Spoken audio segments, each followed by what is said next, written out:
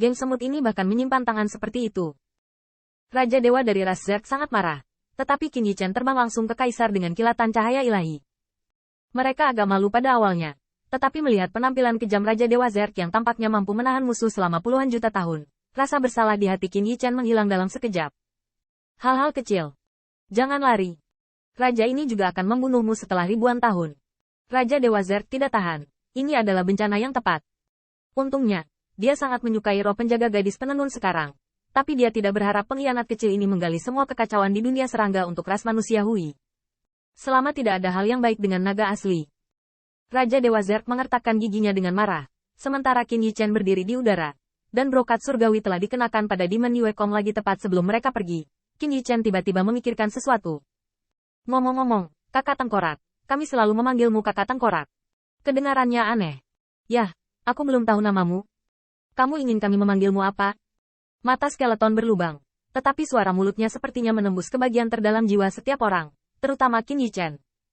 Dia hanya merasakan api alisnya menyala, mencoba menangkap jiwanya. Namaku.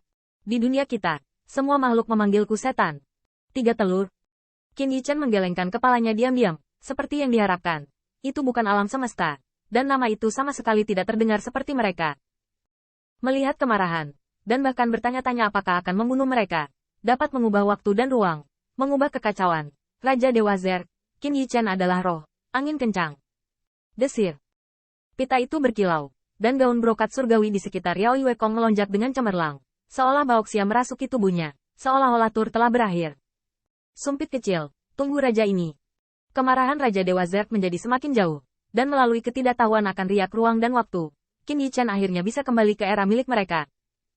Hanya Raja Dewa Zerg yang berdiri di tempat dan mengertakkan giginya. Tetapi setelah beberapa saat, dia tiba-tiba terkejut dan wajahnya ganas. Tunggu sebentar. Setelah potongan-potongan kecil ini hilang, akankah lintasan raja ini selama ribuan tahun berubah? Faktanya, Raja Dewa Zerg mentransmisikan suaranya, ingin bertanya apakah kerangka yang mengaku setan ini membunuh semut ini. Dapatkah dia memperbaikinya? Namun, suara setan lambat laun menjadi lebih lemah. Aku bukan milik ruang dan waktu ini, jadi aku tidak dapat mengubah apapun. Kedua kekuatan itu hanyalah pengingat bagimu. Setelah puluhan juta tahun, datang ke sini untuk bertemu lagi. Saya ingin tidur. Kerangka terdiam, dan Raja Dewa Zerg mengertakkan giginya sendiri. Tetapi tiba-tiba memikirkan sesuatu, hampir 2 meter jauhnya. Tetapi tubuhnya tiba-tiba bergetar, menatap ke langit, mengertakkan giginya. Hai, apakah itu kamu? Tanda seru. Kamu hanya tahu semut bersembunyi di ruang dan waktu. Apakah kamu menghitung raja ini? Tanda seru. Keluarlah dari raja ini. Kemarahan Raja Dewa Zerg saat ini tampaknya lebih kuat daripada mendengar dunia cacing mengalir ke dalam kekacauan. Yaitu menunggu untuk merobek langit, memasuki dunia jiwa naga, dan menjejalkan Hao Yi. Dan raungan ini juga membuat kerangka yang akan tertidur merasa kesal. Tapi akan menyenangkan memikirkan pria yang bisa dibenci oleh Raja Serangga. Hao Yi. Siapa itu? Wajah Raja Dewa Zerg membiru, dan bekas luka darah di pipinya tampak bergetar. Anak-anak naga sejati. Nenek moyang semut itu. Semut yang tidak bertarung dengan baik tetapi dapat menggali lubang dalam ruang dan waktu. Tanda seru. Tanda seru. Raja Dewa Zerg sangat curiga bahwa dia telah diadu oleh Hao Yi. Potongan-potongan kecil itu dapat melintasi ruang dan waktu. Mungkin Hao Yi yang mengaturnya. Jika seperti ini, itu adalah pengaturan Hao Yi untuk memecahkan kekacauan dan menyelamatkan jiwa penjaga gadis penenun, dan jatuh ke dalam pergolakan ruang dan waktu. Dengan kata lain, bidak-bidak kecil itu hanyalah bidak catur. Dan Hao Yi lah yang benar-benar memaksanya untuk bekerja sama dengan naga asli. Bersamamu. Suatu hari, raja ini akan memasuki dunia jiwa naga dan mencabik-cabik roh kaisarmu. Desir. Qin Yichen mengembara dalam ruang dan waktu. Kali ini, mereka tidak lagi melawan turbulensi ruang dan waktu, tetapi mengikuti arus. Mereka pergi ke hulu di sungai panjang ruang dan waktu, dan aliran waktu dan ruang yang bergolak setara dengan perlawanan.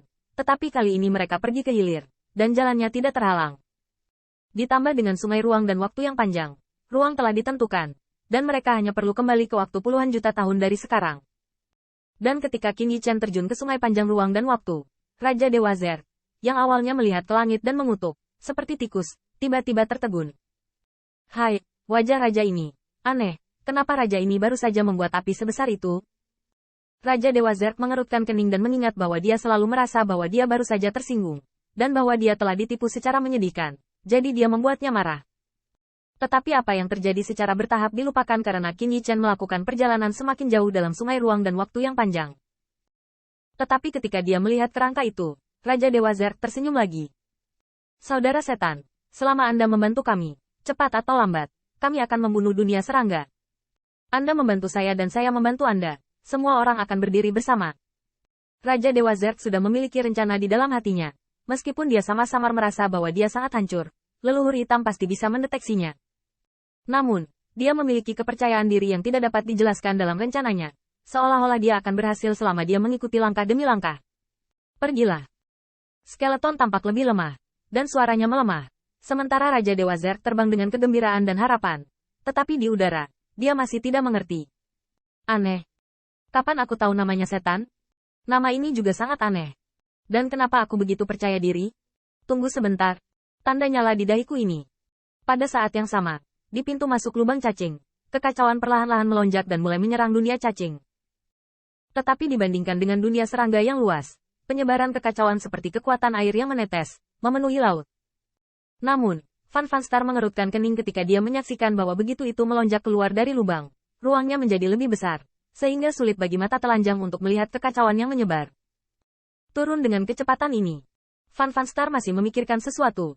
Tetapi tikungan yang bersinar di sekelilingnya tiba-tiba mengejutkannya. Ledakan. Saya melihat bahwa gambar permaisuri dan Dewa Gajah terlempar keluar ruang dan waktu.